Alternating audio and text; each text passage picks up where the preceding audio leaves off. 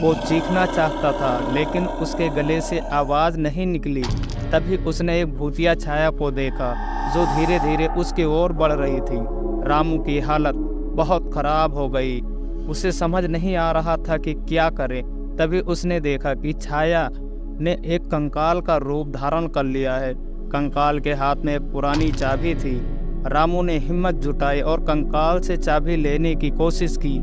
जैसे ही उसने चाबी छुई, एक जोरदार चीख उसके कानों में गूंज उठी और हवेली अचानक से गायब हो गई। रामू खुद को वापस खेतों में खड़ा पाया। तो दोस्तों, मेरा नाम है तौफीक और आप देख रहे हैं टी प्राइक्स जी चैनल।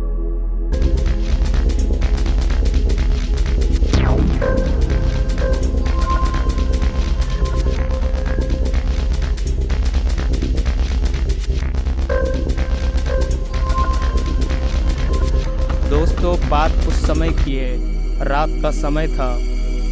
चारों ओर सन्नाटा पसरा हुआ था।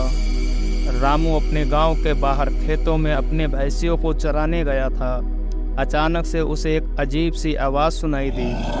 रामू ने चारों ओर देखा लेकिन कुछ नहीं दिखा। वह सोच रहा था कि शायद उसकी कल्पना हो। तभी अचानक से उसे एक पुरानी हवेली दिखाई दी जो उसने पहले कभी नहीं देखी थी। हवेली बहुत डरावनी लग रही थी और वहाँ से अजीब सी रोशनी आ रही थी। रामू का दिल जोर जोर से धड़कना चालू हो गया, लेकिन उसकी जो दिमाग में बातें चल रही थी कि उस हवेली के अंदर जाने पर मजबूर कर दिया। जैसे ही वो अंदर गया, उसे एक पुरानी तस्वीर दिखी जिसमें एक परिवार था। तस्वीर के चेहरे धुंधले थे लेकिन उनके आंखें बहुत भयानक लग रही थी, जैसे वो उसे घूर रही हो।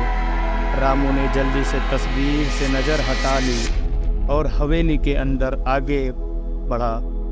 अचानक उसे ऐसा महसूस हुआ कि कोई उसका पीछा कर रहा है। उसने मुड़कर देखा लेकिन वहाँ कोई नहीं था। फिर भी उसे लगातार ऐसा महसूस हो रहा था कि कोई उसकी हरकत पर नज़र रख रहा है। रामू ने तेजी से बाहर निकलने का फैसला किया। जैसे ही वो दरवाजे के पास पहुंचा, दरवाज़ा अपने आप बंद हो गया। उसने दरवाज़ा खोलने की कोशिश की लेकिन वो जाम हो चुका था। उसकी सांसें तेज हो गई और डर के पूरे शरीर में फैल गया था। वो चीखना चाहता था लेकिन उसके गले से आवाज़ नहीं निकली। तभी उसने भूतिया छाया को देखा जो धीरे धीरे उसकी ओर बढ़ रही थी। रामू की हालत खराब हो गई। उसे समझ नहीं आ रहा था कि क्या करे। तभी उसने देखा कि छाया ने एक कंकाल का रूप धारण कर लिया है। कंकाल के हाथ में एक पुरानी चाबी थी।